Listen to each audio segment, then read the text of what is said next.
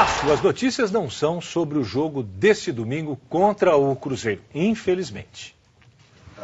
A sentença da juíza da 7ª Vara Civil, Márcia Capanema, anulou o balanço patrimonial do Vasco da Gama do exercício de 2005. O mais importante da questão contábil do Vasco da Gama, que é para o torcedor entender, é que nós vínhamos analisando isso já há algum tempo e o balanço do Vasco não vinha refletindo a realidade financeira do clube. Ou seja, a gente vê hoje um clube mal financeiramente, mal das pernas, e a gente vinha reclamando na Justiça essa questão. O balanço de 2005 foi anulado finalmente pela Justiça, terá que ser reaprovado em novas condições. E com aquela ação que foi ganha, onde o clube foi obrigado a entregar aos conselheiros da oposição os documentos, foi agora descoberto uma grande fraude no valor de 35 milhões e que demonstra, ela sozinha, por uma iniciativa da diretoria do clube, que o Vasco em 2005 teria um patrimônio líquido negativo, ou seja, o Vasco está com seu patrimônio virado, não tem condições de se sustentar pelos próximos anos.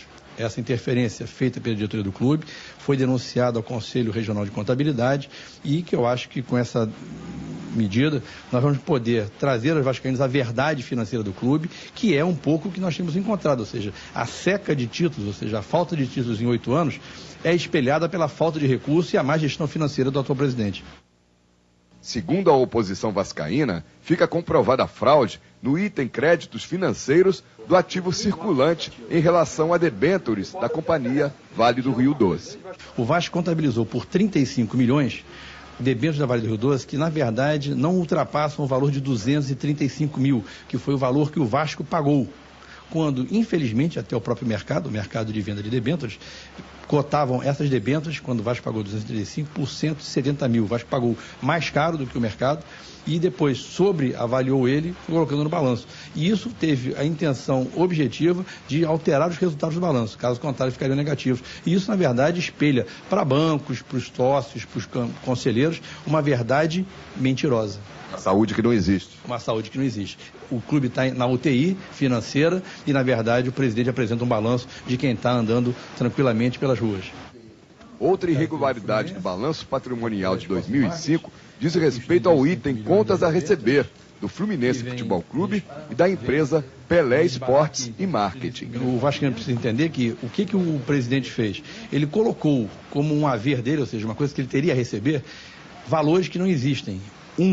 Caso da Pelé Esporte e Marketing, o Vasco apresenta no seu balanço um valor de 100 mil reais que a Pelé Esporte e Marketing deveria ao Vasco, e esse valor já foi confirmado por um contrato com a própria empresa que se negou, não existe essa dívida. E um outro caso ainda pior, o caso do Fluminense Futebol Clube, o Vasco apresenta que o Fluminense deveria pagar ao Vasco 515 mil reais. E o Fluminense provou por documentos que essa conta já foi paga no ano 2000. O Vasco, mantendo isso no balanço, mais uma vez ele incha, né, o que ele tem a receber, ou seja, engana o vascaíno que tem esse dinheiro para receber e nunca vai receber, para melhorar o resultado das suas contas. E isso, na verdade, é tudo um conjunto de uma verdadeira maquiagem contábil, né, e para ficar um pouco mais bonitinho do que na realidade a saúde demonstra. E não para por aí. Existe também omissão no balanço financeiro na ausência de provisão de muitas ações já em fase de execução, como atesta o auditor contábil Mauro Moreira, consultor do MUVE.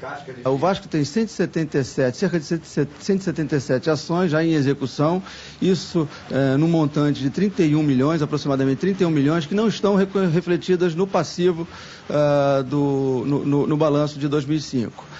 Bom, como o patrimônio são ativos menos passivos, hoje o Vasco, na realidade, em 2005, ele apresenta um passivo a descoberto. Só esses 3 itens já representariam que o Vasco teria, em 31/12/2005, um passivo a descoberto, um patrimônio líquido negativo de aproximadamente 43 milhões.